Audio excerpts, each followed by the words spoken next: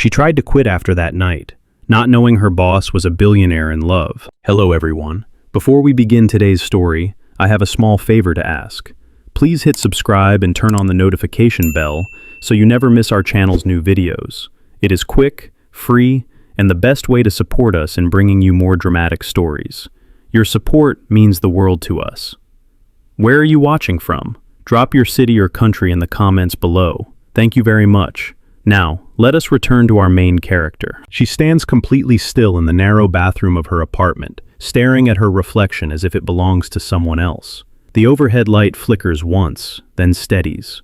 Her eyes look tired, not from lack of sleep alone, but from the weight of a decision she never imagined she would have to make. On the sink beside her lies a single sheet of paper, folded neatly, too neatly, her resignation letter. She exhales slowly, presses her palms against the porcelain, and closes her eyes. Last night was supposed to mean nothing, just another late work night, just another mistake swallowed quietly and forgotten. But nothing feels forgettable this morning. The apartment is small, less than 500 square feet. The radiator clicks softly, fighting the early morning chill. Outside, traffic hums and sirens echo somewhere down the block. The city is awake. Her world feels frozen. She smooths her hair back with shaking fingers and whispers to herself, "I cannot stay." Because staying would mean pretending that nothing crossed a line. And leaving feels like the only way to keep her dignity intact. She slips the letter into her worn tote bag, the same bag she has carried to work every day for the past 2 years. Inside it are ordinary things: a water bottle, a notebook, a cheap pen with the logo of a company picnic she barely remembers. Nothing about her life suggests drama. Nothing about her job was ever supposed to end like this. She works hard. She keeps her head down. She shows up early and leaves late. She learned long ago that people like her do not get second chances when rumors start. And rumors always start. Her phone buzzes on the kitchen counter. An email notification. Work-related. She does not open it. She cannot. Not yet. Instead, her mind pulls her backward. Not to the beginning of her job. Not to her first nervous day at the office. But to last night. The building was almost empty by the time it happened. The cleaning crew had already finished their rounds. The hallways were quiet. The city lights outside the windows reflected like distant stars. She remembers the silence more than anything. The kind of silence that makes you say things you never planned to say. She shakes her head sharply, forcing the memory away. "It was a mistake," she says out loud. "One night does not change who I am." But her heart does not believe her. Because this morning, when she woke up, the first thought that filled her chest was not fear. It was him, her boss. Not the man everyone else sees. Not the calm, reserved executive who keeps his office door open and his voice measured. Not the man who wears the same simple suits and drinks black coffee from a chipped mug. She saw something else last night, something human, something vulnerable, and that is exactly why she has to leave. She grabs her keys, pauses, then reaches back for the letter to make sure it is still there. It is. Real. Final. As she steps out into the hallway, she locks the door behind her with a soft click that sounds louder than it should, like punctuation at the end of a sentence she did not want to write. By the time she reaches the sidewalk, the morning air is sharp and cold. She pulls her coat tighter and starts walking toward the subway, each step carrying her closer to a goodbye she has not said yet. She does not know that across the city, in an office far above street level, a man is already awake. She does not know that he read her name on his schedule this morning and felt something close to panic. She does not know that while she is trying to disappear, he is trying to figure out how to make her stay. And she has no idea that the man she is about to quit on is not just her boss. He is a billionaire, and he is already in love. She keeps walking, even after she passes the subway entrance. Normally, she would already be underground by now, squeezed between strangers, rehearsing her to-do list for the day. Today, she keeps moving, as if distance itself might steady her thoughts. This is what her life has always looked like: motion, survival, forward momentum without pause. She grew up learning how to be invisible, not in the tragic sense people like to dramatize, but in the quiet, practical way. The kind that teaches you not to ask for help unless you absolutely have to. The kind that tells you mistakes are expensive, especially when you do not come from money. Her job mattered because it was stable: health insurance, a predictable paycheck, a chance, however small, to build something that did not disappear overnight. She remembers her first day at the company clearly. She arrived 30 minutes early, clutching a cheap folder with copies of her resume, even though they already had everything. Her shoes pinched, her palms were damp. She kept reminding herself to breathe. The building felt intimidating back then. Glass, steel, and silence. The kind of place where people walked with purpose and spoke in low, confident tones. She was not supposed to belong there, she knew that, and yet she tried anyway. Over time, she learned the rhythms of the office, who liked their coffee strong, who avoided small talk, which meetings ran long, which ones mattered.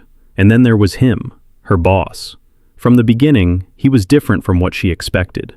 No loud authority, no flashy displays of power. He did not raise his voice. He did not demand attention. Most days, he looked almost ordinary. He arrived early. He left late. He ate lunch at his desk, or not at all. He thanked people by name. When something went wrong, he asked questions instead of assigning blame. She told herself not to think too much about him. Thinking led to noticing. Noticing led to attachment, and attachment led to disappointment. So she kept things professional, polite, safe. Until last night. The office had been tense all week. A deadline moved up without warning. A project that suddenly carried more weight than anyone expected. Everyone stayed late. The air felt tight, charged with pressure. When the last of the team finally left, she stayed behind to finish one last report. She did not want to be the weak link. She never did. She remembers hearing footsteps behind her and turning, expecting the cleaning crew. It was him. He asked if she was all right, not as a boss checking progress, but as a person checking another person. That was the first crack. The conversation drifted, slowly at first. Work, then something lighter, then silence again. The comfortable kind, the dangerous kind. She does not replay the details because the details are not the problem. The problem is how safe she felt, how seen, how, for a moment, she forgot the rules she had lived by for years. This morning, those rules came rushing back. She finally turns around and heads toward the subway entrance, descending the steps as the city swallows her whole. The train screeches into the station, loud and unforgiving. As she rides downtown, she grips the metal pole and stares at her reflection in the dark window. She looks like someone who has not slept. Someone carrying more than a bag and a resignation letter. At the same time, several floors above the city, her boss sits alone in his office. He has been awake since before sunrise, staring at the same email without opening it. Her name sits there, quiet and unassuming, like she always is. He tells himself it is none of his business, that whatever happened last night was mutual, complicated, best forgotten. But the thought of her walking away without explanation tightens something in his chest that he does not recognize immediately. He is used to control, used to people staying because of the job, the opportunity, the prestige. He is not used to wanting someone to stay for reasons he cannot quantify. As the morning wears on, the office begins to fill. Voices echo, phones ring. The day resumes its normal pace. But for both of them, something has already shifted. She believes leaving is the only way to protect herself. He is starting to realize that letting her go might be the first decision he truly regrets. Neither of them knows yet how much the truth, when it comes, will change everything. By mid-morning, the city has fully shaken itself awake. Inside the headquarters building, sunlight spills across polished floors and glass walls, catching reflections of people who move with purpose. Meetings begin on schedule. Assistants carry tablets. Coffee machines hum without pause. From the outside, everything looks exactly the same. But inside his office, he sits very still. Her boss loosens his tie and sets it carefully on the desk, as if the smallest order might help him think. He stands, then sits again. The email with her name remains unopened on his screen. For years, this routine has worked for him. Keep things simple, keep things quiet, keep people at a distance. He built his life that way on purpose. Long before the company reached its current size, before magazines started using words like visionary and elusive, he learned what money changed in people. He learned how quickly admiration turned artificial, how conversations shifted once net worth entered the room. So he stopped mentioning it. He wore the same tailored but understated suits. He drove himself. He skipped charity galas unless attendance was unavoidable. Inside the company, he let others take credit when they deserved it. He wanted to be treated like a man who worked hard, not a billionaire who owned everything. It worked, mostly. People respected him, but they did not hover. They did their jobs. They kept their boundaries. And then she arrived. She did not know anything about his background. She did not need to. She never asked. She spoke to him the same way she spoke to everyone else. Clear, direct, careful, but honest. When she brought him reports, she did not flatter. When she disagreed, she did so quietly, with facts. When she stayed late, it was because the work needed to be done, not because he was watching. At first, he noticed her the way a manager notices competence. Then, he noticed her kindness. The way she covered for a coworker without drawing attention. The way she stayed calm under pressure. The way she apologized even when things were not her fault. He told himself not to read into it. She was an employee. He was her boss. That line mattered.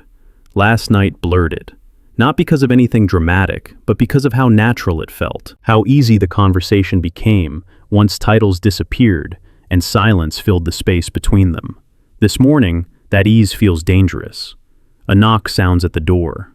His assistant steps in, clipboard in hand, listing meetings for the day. He listens, nods, answers automatically. When she leaves, the office feels too quiet again. He opens the email. It is short, polite, professional, written in the same careful tone she uses for everything. She thanks the company for the opportunity. She apologizes for the inconvenience. She says she believes it is best for everyone if she steps away, effective immediately. There is no explanation, no accusation, no emotion, just distance. He exhales slowly and leans back in his chair. For the first time in a long while, money does not give him an answer. He could accept it. Let her go quietly. No disruption, no risk. That would be the easiest choice. But the thought of never hearing her voice in the hallway again, of never seeing her sit at her desk with that focused crease between her brows, settles heavily in his chest. He realizes something then, something uncomfortable. He did not just enjoy last night. He cared, and caring means consequences.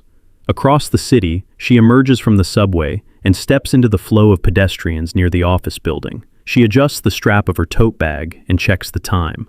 She is early, as always. Her heart pounds as she approaches the entrance, the resignation letter folded carefully inside.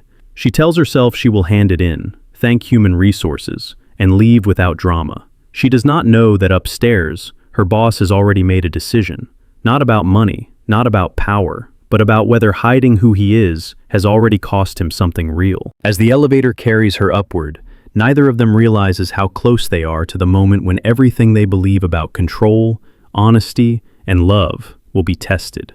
The office grows quieter as the evening settles in. By the time most of the lights dim automatically, only a handful of floors remain illuminated. Outside the windows, the city stretches wide and restless, headlights tracing thin lines through the dark. She sits at her desk, fingers moving steadily across the keyboard, finishing the last section of the report she promised herself she would complete. She could leave it for the morning at Tog, but she never does. She has completely showing around. She have a standing a blessed and waiting to this. She has described, but also have any value for she for the gum. She professor believe. She has the same point, but she need to complete that latest work shit. She could leave it for the morning a mine, but she never does. She has the pleasure than always the feature, and mostly would plant. She could leave it for the morning among, but she never does like that. She has the fact that are listened. The city could believes in the morning alone. She could leave it, and she could have response. She sits at her desk. She could leave it for the morning, and she never does. She has the pleasure than waiting to this. She sits the other perform, but she never does the feature. She has to figure out the proche and the place the general section of the way. She has the moment freakly with that fids. Let's see. She could leave it for the morning, and she never does. She has the frequence about it. She could leave it for the morning, and she never does. She sits at her desk, but she never does the feature brain. She has the joke, and she has the flexure than waiting to this. She should maybe like that ready such out. She sits well, but she never does that which would set. She sits at the desk, but she never does. She has the morning a blent, but she never does themselves. The first thing, she take a mention the rest, but she provided to translicate its quickly before the morning. But she take the company, and she sits at the changes read away. She sits at way. She sits the chiefs to mention, and then she could be managed in mourning. She sits the time, but she would seek around. She sits at really just effect at the changes, and she sets a future before, but she never does the mourning. She sits at that. She could be finished the law. She could leave it. It's a very success that we're closely, but she could may accept them of the change. She sits atop. She sits a little close of the entire self. She sits a really close, but she could leave it all. She of the sun like this, will discussing. She sits the brick of these part of way. She sits at some close. She sits the burden, and she sits the fid. She sits a back in which she said. She sits the first time that she could respond. She sits a close through them. She sits a little close, but she sits the top, and she sits the law. She sits the best that were closely enough to them. She sits a good close, but she could seek around, but she didn't see how close them. But she sits the junks, and she looked that true. She sits a friend. She sits a lung, but she could see how close, but she did see how close. She has the people mind and fears, but she could leave them for feministly in the new question, but she gets situ with 16 plus. She sits at study, and the post of it particular, but she could see the points of themselves, and she sits the beat. She sits a two study, but she could see the puncible protect of it. She sits a toward of the message, which she could see if you would seem towards the light. She sits a little more too longs in head, but she need to be pressively. She sits a place that the open said, but she could see that true. She sits a brink, but she could see the multiple true. She sits of 2012. She sits a really closely themself. She sits a little business of message of crap. She sits a place, but she could see the form of place, and she sits a place. But she could see the form of place, and she sits a plistily from themselves. She sits a critical nextly, but she could see the form of place, but she could see the places. She sits a place, but she could see the truth is, but she could see the bottom of my mind. She sits a place, but she could see the 20 place, but she could see the true, but she could see the private place, but she could see the true. She sits a two, realizes herself she would does. She has learned that reliability is her shield. Her shoulders ache, her eyes sting from staring at the screen too long. Still, she keeps going. A soft sound breaks the silence. Footsteps, measured, familiar. She looks up. He stands a few feet away, jacket draped over his arm, sleeves rolled just enough to suggest he had been working as long as she had. For a moment, neither of them speaks. "I thought everyone had left," he says finally. "Almost," she replies. "I just wanted to finish this." He nods, glancing at the document on her screen. "You did not have to stay." "I know," she says, "but I wanted to." That is how it begins. Not dramatically, not intentionally. Just two people sharing the same quiet space after a long day. He asks about the report. She explains her approach, careful and precise. He listens, genuinely interested. When she finishes, he does not correct her. He thanks her. The word lands differently than it should. He pulls out a chair across from her desk and sits, loosening the tension in his shoulders. For the first time all day, neither of them is rushing. Minutes pass, then more. The conversation drifts away from work without either of them noticing. A comment about the late hour, a shared frustration about deadlines that move without warning, a quiet laugh when the lights flicker and steady again. The office feels smaller, warmer. She tells herself to keep it professional, but professionalism does not explain why she stays seated when she could leave, or why she answers when he asks how she is really doing. "I am fine," she starts, then stops. The word feels hollow. She exhales. "I am tired." "So am I," he admits. That honesty opens something neither of them planned to unlock. She talks about the pressure of always having to prove herself, about growing up knowing one mistake could undo everything, about learning to stay quiet even when it cost her. He listens without interrupting, without fixing, without offering solutions. When he speaks, his voice is lower, thoughtful. He talks about expectations, about being surrounded by people but rarely known by them, about how lonely leadership can be when everyone assumes strength means distance. The silence that follows is not awkward. It is heavy, intimate. At some point, she realizes she no longer feels like an employee sitting across from her boss. She feels like a person being seen, fully, clearly. That realization scares her. She stands abruptly. "I should go." He does not argue. He simply nods and stands with her. As they walk toward the elevator, the hum of the building surrounds them. The doors open. They step inside. The ride down is quiet, their reflections faint in the mirrored walls. When the elevator stops, neither of them moves right away. She turns to him, searching for the right words to put the moment back where it belongs. Professional, contained. But before she finds them, he speaks. "I am glad you stayed," he says, not as her boss, as himself. Something shifts. She feels it like a line being crossed, not by action, but by truth. She looks down, then back up. "So am I," she replies, surprised by how much she means it. They part at the lobby. No promises, no physical closeness, just a look that lingers a second too long. That night, she lies awake in her apartment, staring at the ceiling, replaying the quiet moments instead of the words, wondering when exactly things stopped feeling simple. Across the city, he sits alone with a glass of water untouched on the counter, realizing that what unsettled him was not temptation, it was connection, and connection, once felt, cannot be undone.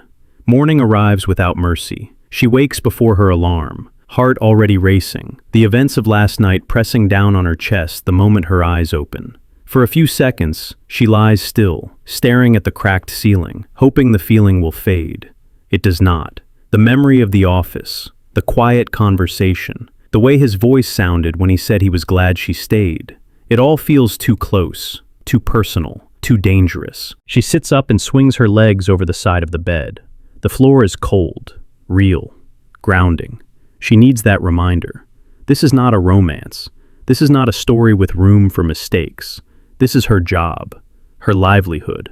She showers quickly, dresses carefully, choosing neutral colors, the kind that help her blend in. Nothing about her appearance should invite attention today. She ties her hair back, takes a breath, and reaches for her bag. Inside, the resignation letter waits. She rereads it one last time before leaving. The words are clean, respectful, impossible to argue with. She has practiced this kind of exit in her head for years, just in case. By the time she reaches the office, the building is already alive. Elevators chime. Voices carry down the hall. The normal rhythm of the day tries to convince her that nothing has changed. She knows better. At her desk, she logs in, answers emails, finishes tasks she could easily leave behind. She wants no loose ends, no reason for anyone to question her professionalism. Her heart skips every time she hears footsteps nearby. When she finally stands, resignation letter in hand, her legs feel unsteady. She tells herself this is what strength looks like, walking away before the situation can define her. She steps into his office doorway. He looks up, surprise flickering across his face before he schools his expression. "Do you need something?" "Yes," she says, her voice steadier than she feels. She crosses the room and places the envelope on his desk. "I am resigning." The words hang between them. He does not reach for the letter right away. His gaze moves from the envelope to her face, searching. Why? She had prepared for this question. She sticks to the truth she can safely share. "It is best for everyone." "That is not an answer," he says quietly. She meets his eyes, forcing herself not to look away. "I crossed a line, and I will not let it happen again." His jaw tightens. He finally picks up the letter, glances at it, then sets it back down unopened. "You are not in trouble," he says. "I know," she replies, "but I cannot stay." There is no accusation in her tone, no blame, only resolve. He stands, moving slowly, as if sudden motion might shatter something fragile. "You do not have to decide this today." "I already have," she says. For a moment, neither of them speaks. The office feels too quiet, too exposed. Outside the glass walls, people move, unaware that something is breaking just a few feet away. She straightens her shoulders. "Thank you for everything." Then she turns and walks out. The sound of her footsteps fades down the hallway. He remains standing long after she leaves, staring at the unopened letter on his desk. Something tightens in his chest, unfamiliar and unwelcome. This is not how things are supposed to go. He is used to people staying, used to control, used to outcomes he can predict. Her choice disrupts all of that. He sits down slowly and exhales. For the first time, he understands that hiding who he is may have protected him from false affection, but it has also cost him the chance to be honest when it mattered most. And as he stares at the letter she left behind, one thought becomes impossible to ignore. If he lets her walk away now, he may never forgive himself. Because what she sees as a mistake, he already knows was something real, and he is not ready to lose her without a fight. The conference room is already full when she steps inside. She almost turns around. The space feels different from the offices she knows, larger, colder. A long table stretches across the room, surrounded by men and women in tailored suits, their voices low and confident. A wall of glass looks out over the city, the skyline sharp and distant. This is not her world. She was told there was a brief meeting, a formality before her departure. She expected human resources, maybe a manager she barely knows. She did not expect this. She takes a seat near the end of the table, clutching her tote bag tightly in her lap. Her resignation letter is no longer inside. It already sits on his desk upstairs, like a decision waiting to be confirmed. The room quiets when he enters, her boss. He looks the same as always, calm, controlled, dressed simply. No grand entrance, no announcement, just his presence, steady and undeniable. He takes his place at the head of the table. The meeting begins with numbers, quarterly performance, expansion plans, words that float past her without landing. She listens politely, confused about why she is here at all. Then she hears it, his full name, not spoken casually, but with weight, respect. A title that does not match the man she thought she knew. Before we continue, someone says, I would like to acknowledge our Chief Executive Officer. Her breath catches. Chief Executive Officer. She looks around the table, searching faces for confirmation. No one looks surprised. No one looks uncertain. They all look toward him with familiarity and deference. He meets her eyes, just for a second, and in that second, the room tilts. She feels it all at once. The late nights, the understated suits, the way people moved aside for him without thinking, the access, the silence that always followed him. Billionaire. The word slams into her chest, heavy and unforgiving. He continues the meeting as if nothing has changed. His voice is steady. His presence commands the room. Decisions are made quickly, efficiently, without question. She barely hears any of it. Her mind races, replaying every interaction. Every moment she believed she was speaking to a man who understood her position because he lived close to it. She was wrong. When the meeting ends, chairs scrape softly against the floor. People gather their things and file out, nodding respectfully as they pass him. She stays seated. Her hands are trembling now, no matter how hard she tries to steady them. When the door closes behind the last executive, the room feels too big, too quiet. Why did you not tell me? She asks. The question slips out before she can stop it.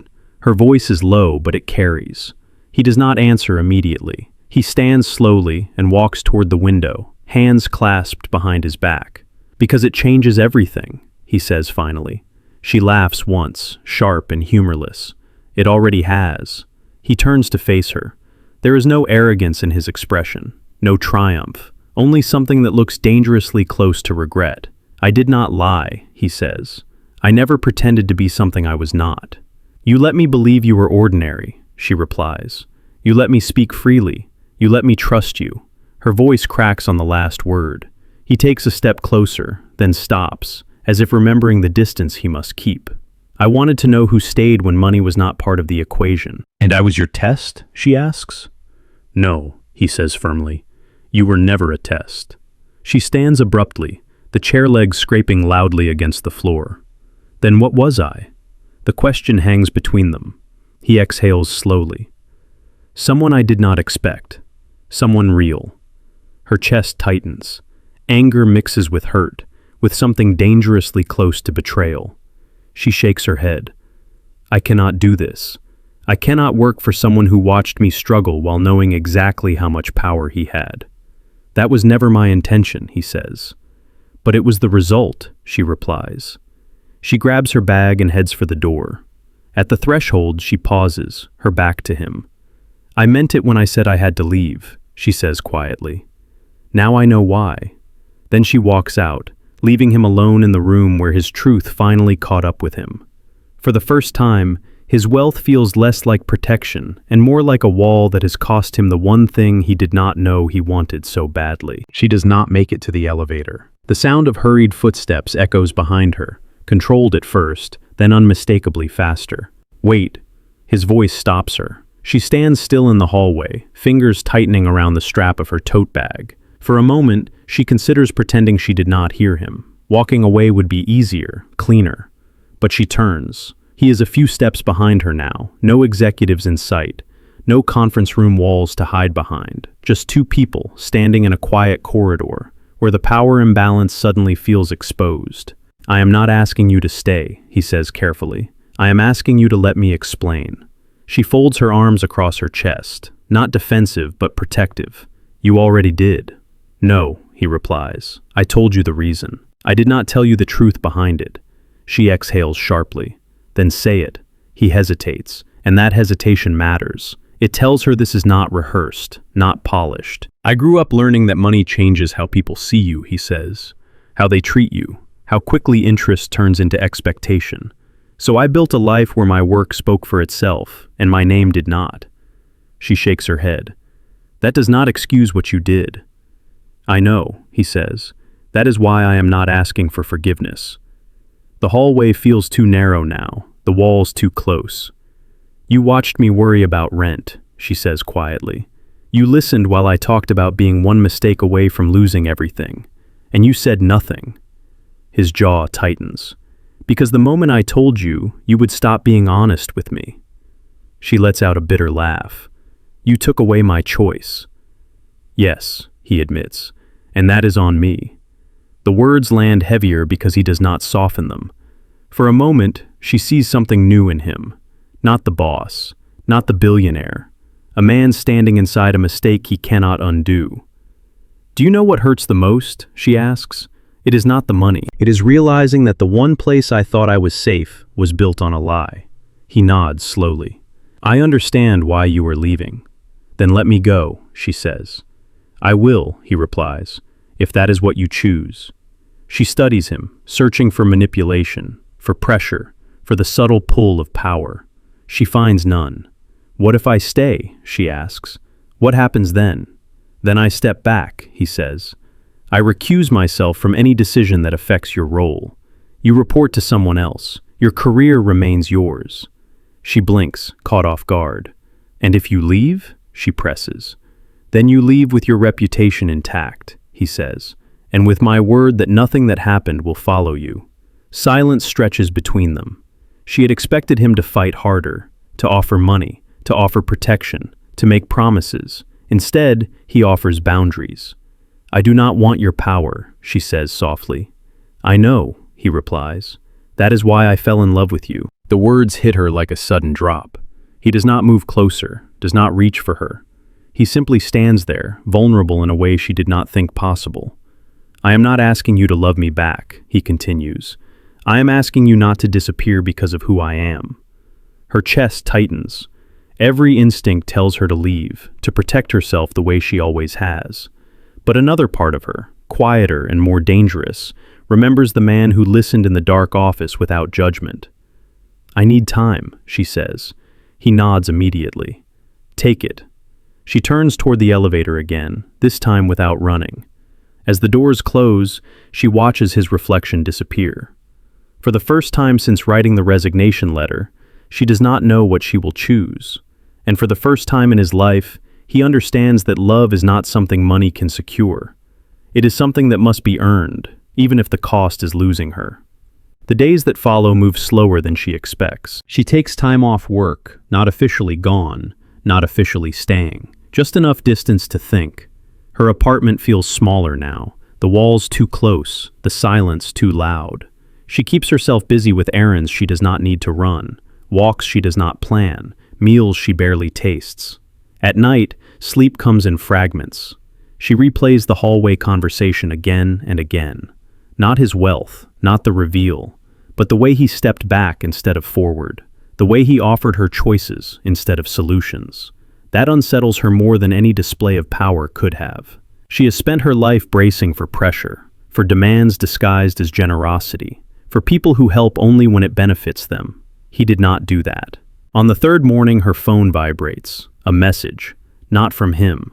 It is from the head of human resources. Short, professional, neutral. She is informed that effective immediately, she has been reassigned to a different department, reporting to a senior director she barely knows. Same salary, same benefits, same trajectory, no mention of last week, no mention of rumors, no strings. She stares at the screen for a long moment. Then another message arrives. Still not from him. It is an email forwarded by Human Resources, sent company-wide earlier that morning. A formal announcement. He has voluntarily stepped down from direct oversight of several internal teams to eliminate any potential conflicts of interest. Authority redistributed. Processes reviewed. Transparency emphasized. There is no explanation beyond that. She exhales slowly, her chest tight with something she does not want to name. This is not a gesture meant for applause. This costs him control. Later that afternoon, she walks past the office building without meaning to. Her feet slow, then stop. She stands across the street, watching employees move in and out, just like any other day. She realizes something then. If he wanted to force her hand, he could have. If he wanted to buy silence, he would have offered money. If he wanted to protect himself, he would have done nothing at all. Instead, he chose restraint. That night, she returns to the office for the first time since the meeting. Not to see him, to clear out a few personal items from her desk before officially starting in her new department. The floor is quiet again, familiar. She moves carefully, placing notebooks into her bag, pausing when she finds a sticky note she once wrote herself, reminding her to breathe before presentations. When she turns, she sees him standing several feet away, not in her doorway, not blocking her path, waiting. "I did not expect to see you tonight," she says. "I did not expect you to come back," he replies honestly. They stand there, a respectful distance between them. "I saw the announcement," she says. He nods. "It was necessary." "You did not have to do that," she says. "I did," he replies, "because it was the right thing to do, regardless of what you decide." She studies him closely, searching for regret, for resentment. She finds none. "What happens now?" she asks. "That depends on you," he says, as it always should have. Silence settles between them again, softer this time. "I am not ready to pretend nothing happened," she says. "I would never ask you to," he answers. "I am also not ready to walk away," she admits. He does not smile. He does not move closer. He simply nods. "That is enough," he says. For the first time since that night, she feels something steady take root in her chest. Not certainty, but trust beginning to rebuild, slowly, carefully, on equal ground. The weeks that follow are quiet in the way that matters. No rumors surface. No whispers trail her through the halls. In her new department, she is treated the same way she always hoped to be treated. Valued for her work, trusted for her judgment, left alone to prove herself on her own terms. He keeps his distance, not out of fear, out of respect. When they pass each other in shared spaces, there is a nod, a brief smile. Nothing that invites speculation, nothing that crosses the line she asked him to honor. And that restraint does more than any declaration ever could. Over time, something inside her settles. She stops bracing for consequences, stops waiting for the other shoe to drop. She begins to believe that maybe this time, leaving did not mean losing everything. One evening, long after the office has emptied, she finishes a presentation and shuts down her computer. As she stands to leave, she notices the city outside the windows, glowing softly in the dark. She feels proud, not because of him, not because of where she works, but because she stayed true to herself. Her phone buzzes as she steps into the elevator. A message. From him. Not urgent, not demanding, just a question. "Would you like to have coffee this weekend?" No work, no expectations. If not, I will understand. She stares at the screen for a long moment. Then she types back. "Yes, I would like that." They meet on neutral ground. A small cafe tucked between a bookstore and a laundromat. No reserved table, no assistant nearby. Just two people sitting across from each other, learning how to speak without power in the room. They talk slowly, carefully, about boundaries, about trust, about the fear of being misunderstood. He listens the way he always did, but now without secrets between them. She realizes something then. Love did not arrive with grand gestures or wealth or promises. It arrived with accountability, with the willingness to lose control, with the courage to let someone walk away and still choose to show up with honesty. When they leave the cafe, they walk side by side, not touching, not rushing. There is no need. Some connections do not need to be claimed loudly to be real. Months later, when people finally notice them together, it does not come as a shock. There is no scandal, no dramatic reveal, just two people who chose each other when it would have been easier not to. She never became his employee again. She became his equal. And he never saved her. He stood beside her. In the end, the billionaire learned what his money never taught him, that love is not proven by what you can give. It is proven by what you are willing to give up. And she learned that walking away does not always mean losing. Sometimes, it is how you make room for something honest to begin.